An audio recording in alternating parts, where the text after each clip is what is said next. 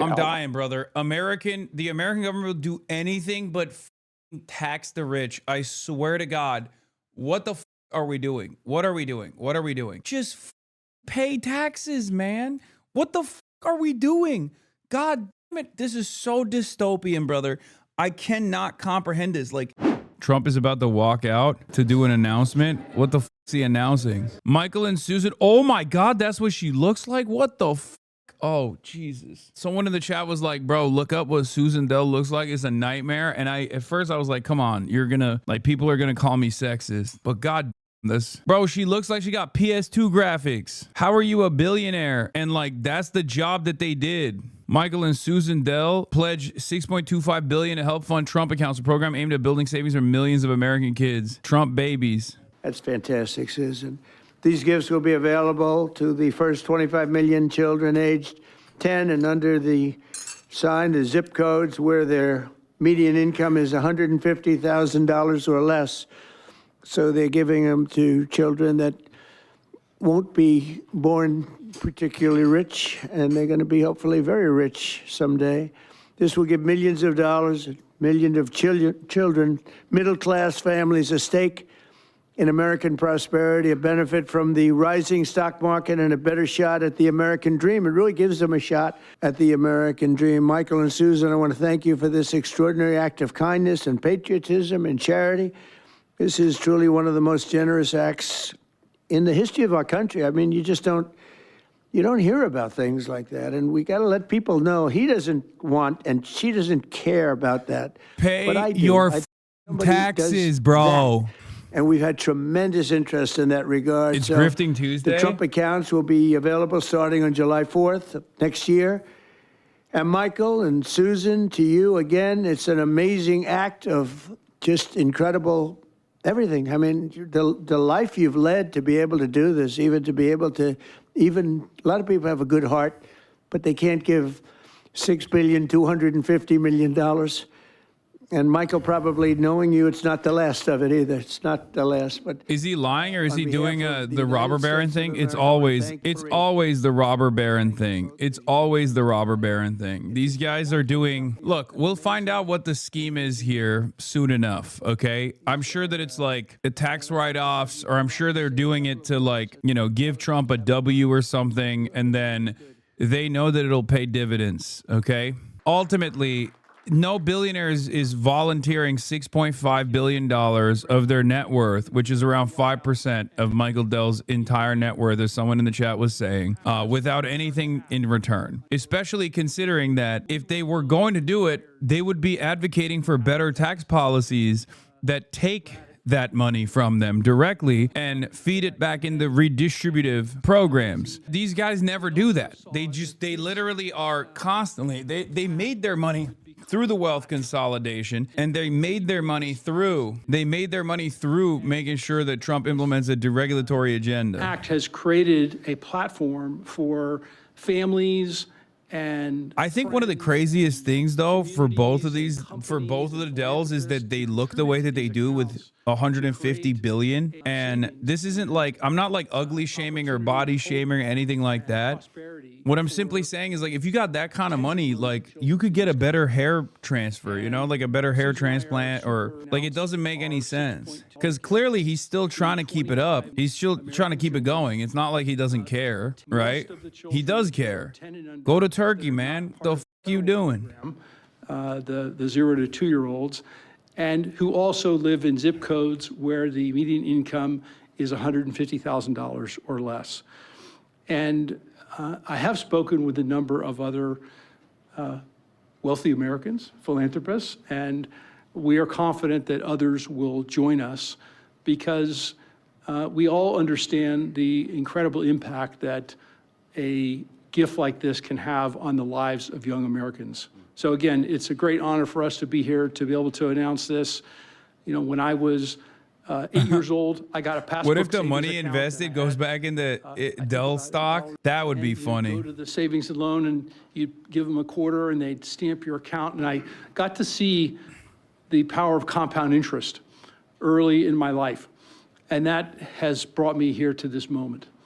And hopefully, will inspire that kind of opportunity for many more young people. Dude, what are we doing, man? Instead of funding initiatives that are helpful for all children, we're getting like what, 25 million kids? We're getting them primed for compound interest. Like what the everyone's a little capitalist, including little babies. I guess this is just the maximalist position, right? Like you have to this is the 401k, but for babies. Even a baby will have a 401k now. It's awesome. Everyone will feel as though they have an investment in the stock market. Everyone will have a stake in the stock market success. We need to get all the babies into day trading. We need to make sure, 401 pre-K. From the people that brought you 401ks, now 401 pre-K. We need the babies to be doing day trading. Every baby must have a Robinhood account. My dad's company did this with $100. It didn't keep up with inflation. When I turned 10, I got like $90 and bought a Lego. It's a waste. Into the game. And that's exactly what this does. It gets every American child, 3.7 million children born every year, will now start life off with an investment account, seeded with $1,000. And then you're going to have great philanthropists, great Americans like Michael and Susan, who are going to add money to those accounts. We're overwhelmed with the number of companies that want to contribute to these accounts. Already companies from Uber to NVIDIA, T-Mobile to Charter Communications, Dell, et cetera. Yeah, don't fund daycares, fund daycare trading, day trading care. Okay. It's like a 401k from birth. It's a benefit for the kids of our employees. Yeah, he said right? it. He said it. That's a dystopian statement to make, dog. It's like a 401k since birth. It could be a philanthropist could adopt a state, they can adopt a school, they can adopt a zip code, they can adopt a street. And so we will constantly see these accounts be topped up. For those of you on the Treasury, will be running this on the operational side. What are the benefits? What are the benefits for the billionaires? Come on, get to the benefits. What are they getting? And see the homepage that has a basic. I'm dying, brother. The American government will do anything but tax the rich. I swear to God.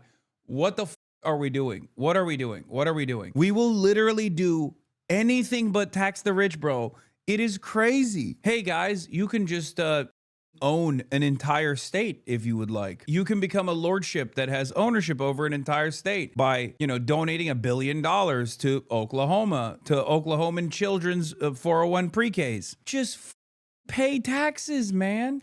What the are we doing? God damn it. This is so dystopian, brother. I cannot comprehend this. Like, if redistributive policies are the goal, what the is this capitalist dogma, this dogmatic approach where you're such a zealot that you literally cannot foresee any other method of engaging in redistributive policies where it has to be voluntary. It has to be voluntary from billionaires and the magnanimous nature of billionaires, which is not real, by the way. That's not a real thing. And we will do it by creating this funding vehicle that actually sets up bank accounts for babies, and hopefully billionaires will top it up. Inshallah. I bet they'll be forced to pay credit, and the tax this is 1K free fund. Bro, when you cut, here, I'll give you an example, okay? When you don't have any social safety nets, the cost of daycare is going to be far larger than the $1,000 turning into $2,000 over the course of a decade plus. Because the cost of daycare for the year is far larger than the interest that you're earning off of the $1,000 free dollars that you got. Do you understand how stupid this policy is for that reason?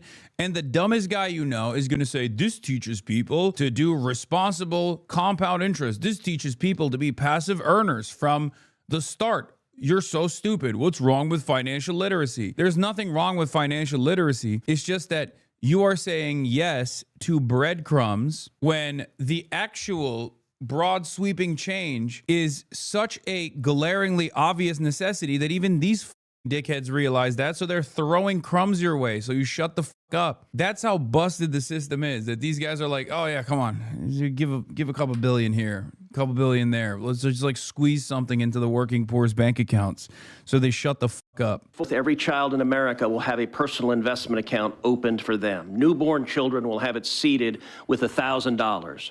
Parents and family and employers can contribute up to $5,000 a year in a tax-advantaged account. That money will be invested in the S&P 500 in the stock market, broad-based equity index account.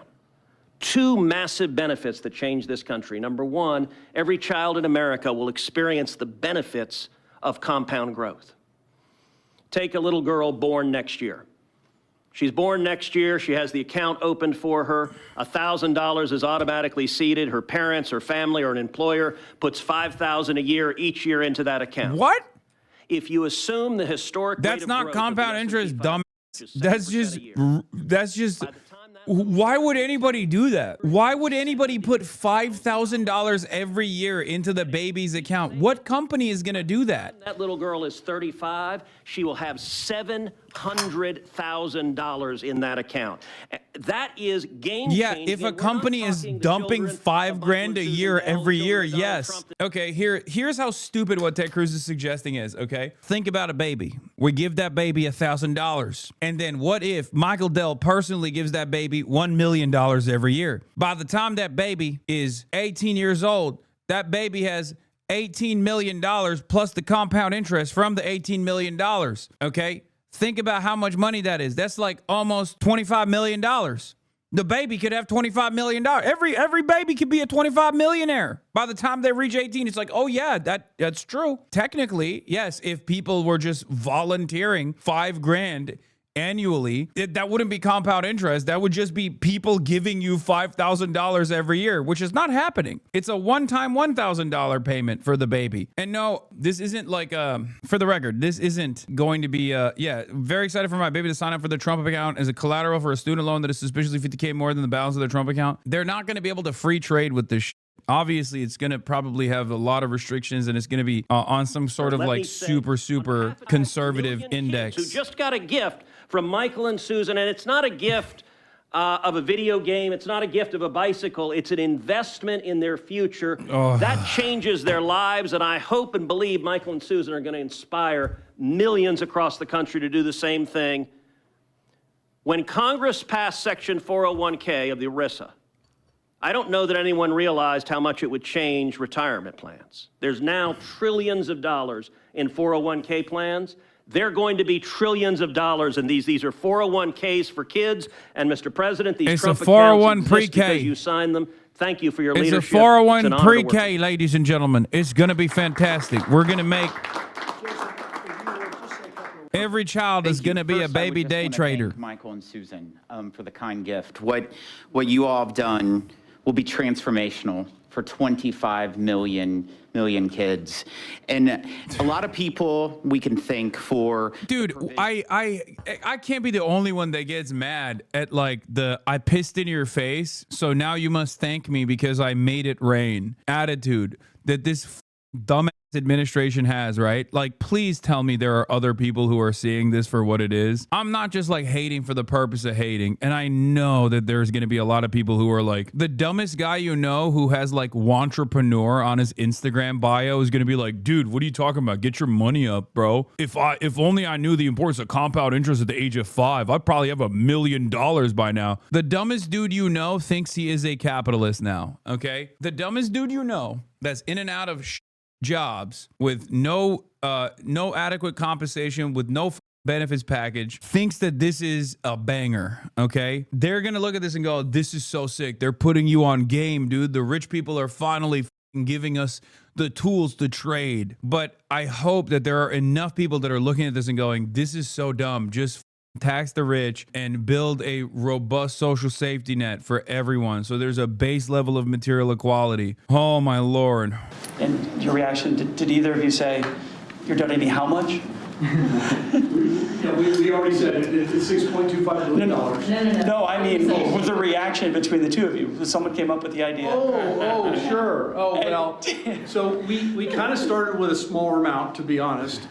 And we started talking about Texas only at the beginning. And adopting the state of Texas. Right. And then we thought about it some more, and we thought got pretty excited about the idea. Yep, and we went back and forth, and as we do on these things, and we got ended more up... and more excited, and next thing you know... This is where we ended up.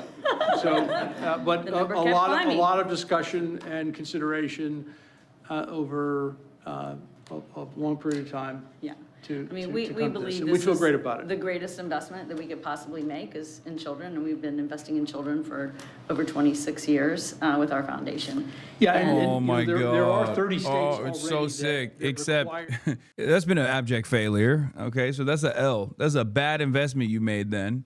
Cause I don't see it. I don't see any return on that investment, at least so far. Maybe there's an alternative here. Maybe the government should make this investment. which can only. I don't know. Maybe you should do a charitable donation in the form of, like, I don't know, taxes, like higher percentages of your yearly income and yearly revenue generated, and then the government could handle that. Yes, sir. These programs seem to create an opportunity for parents to create unprecedented financial security for their children, sir.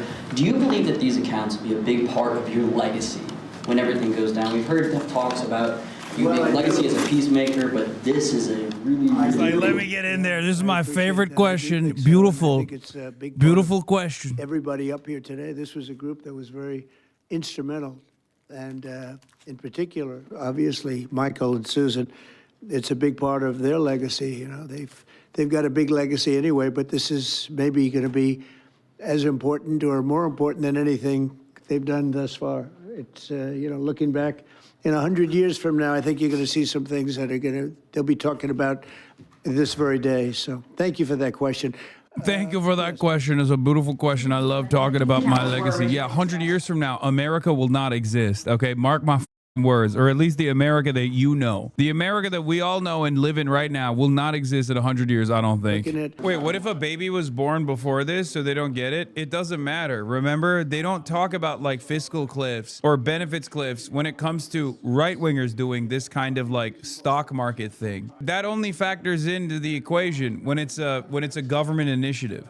They hate government initiatives, but if it's a like private charity, they don't, you know, there's no concern for that sort of thing. And before you say, oh, well, what if, okay, there's a 10-year window, right? It's up to 10 years old. It's up to babies that are 10 years old. Okay, what about someone who's 11 years old then? There's always a fiscal cliff. In the absence of universality for your initiatives, there's always going to be a fiscal cliff. The irony, of course, is that the solution to this is to fund it regardless, but not to do this anyway. To actually fund, you know, universal pre-K, for example. That's how you're supposed to do this, because that would be much more beneficial. That would mean more jobs, more daycares being built, more jobs for the people who build the daycares, more people to do pre-K coverage, like child caretakers, janitors in those pre-Ks or kindergartens and things of that nature. But of course, that would be too smart.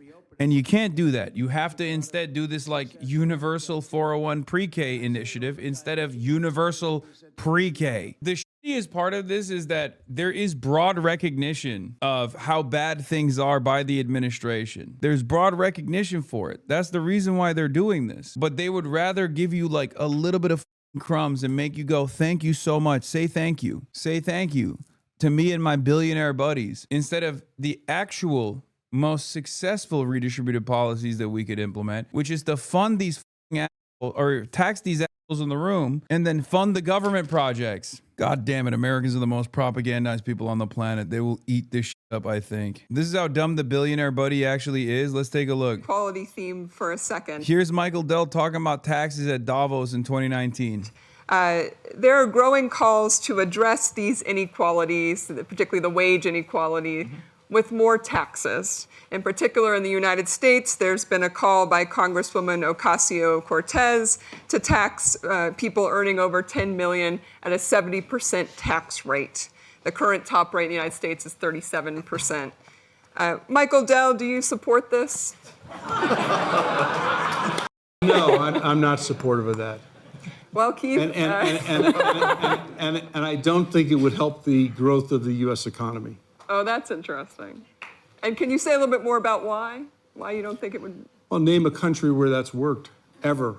America, the United States of America. Just go far back enough in time and you will find even in our history, that has been very successful. Like higher top marginal tax rates at a time when there was obviously less wealth parked in the stock market and more income-based wealth was the appropriate measure back then. Now, obviously, wealth is now kept in the stock market, so clearly that's not even like income-based taxing of this sort is not even the most successful initiative, but like it definitely moves the needle in the appropriate direction. Also, every other country that has a higher tax burden for regular people is doing a better job. United States.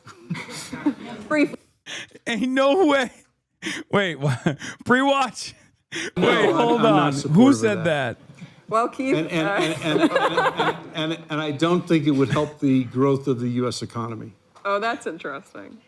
And can you say a little bit more about why? Why you don't think it would? Well, name a country where that's worked, ever. United States.